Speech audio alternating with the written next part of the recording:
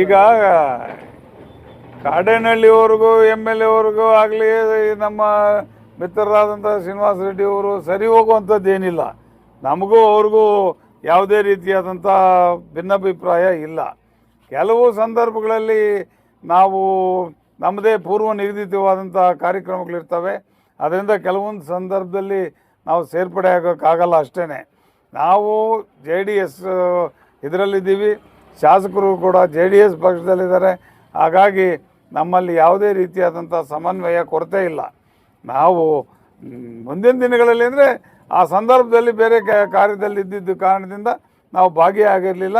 ಮುಂದಕ್ಕೆ ಇನ್ನು ಚುನಾವಣೆಗಳು ಎಲ್ಲ ಬರ್ತಾ ಇದೆ, ಎಲ್ಲ ಒಗ್ಗಟ್ಟಾಗಿ ಮಾಡುವಂಥ ಸಂದರ್ಭ ಇರ್ತದೆ. ಸರ್, ಈಗ ಹೊಸ ಪ್ರಯತ್ನ ಹೊಂದಿಸಿದ್ದಾರೆ.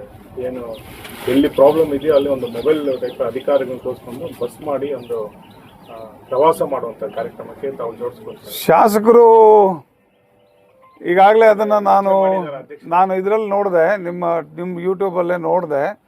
ಏನೋ ಇದು ಮಾಡಿ ಹೋಗೋಕ್ಕೆ ಎಲ್ಲ ರೆಡಿ ಆಗ್ತಾ ಇದ್ದಾರೆ ಅಂತ. ಸಮಯ ಸಂದರ್ಭ ನೋಡಿಕೊಂಡು ನಮಗೆ ಸರಿ ಹೋಗುವಂಥ ಸಮಯ ಆಗಿದ್ದರೆ ಅದರಲ್ಲಿ ಭಾಗವಹಿಸೋದಕ್ಕೆ ಪ್ರಯತ್ನ ಪಡ್ತೇವೆ. ಅದರಲ್ಲಿ ಏನಂತೆ ಅಧ್ಯಕ್ಷರಾಗಿ ತಮಗೆ ತಿಳಿಸಿದಾರ ಚರ್ಚೆಗಳು? ನನಗೆ ತಿಳಿಸಿದ್ದಾರೆ. ಈ ಥರ ಹಳ್ಳಿಗೆಲ್ಲ ಹೋಗಬೇಕು, ಸಮಸ್ಯೆಗಳ ನಿವಾರಣೆ ಮಾಡಬೇಕು ಅಂತ ತಿಳಿಸಿದ್ದಾರೆ. ಆ ಒಂದು ನಿಟ್ಟಿನಲ್ಲಿ ಸಮಯ ಇದ್ದಾಗ ಎಲ್ಲ ಕಡೆ ಹೋಗೋದಕ್ಕೂ ನಮ್ಮದೇ ಆದಂಥ ಒಂದು ಕಾರ್ಯಚಟುವಟಿಕೆಗಳಿರೋದ್ರಿಂದ ಎಲ್ಲೆಲ್ಲಿ ಸಾಧ್ಯವಾಗ್ತದೋ ಅಲ್ಲೆಲ್ಲ ಹೋಗೋದಕ್ಕೆ ಪ್ರಯತ್ನ ಪಡ್ತೀವಿ.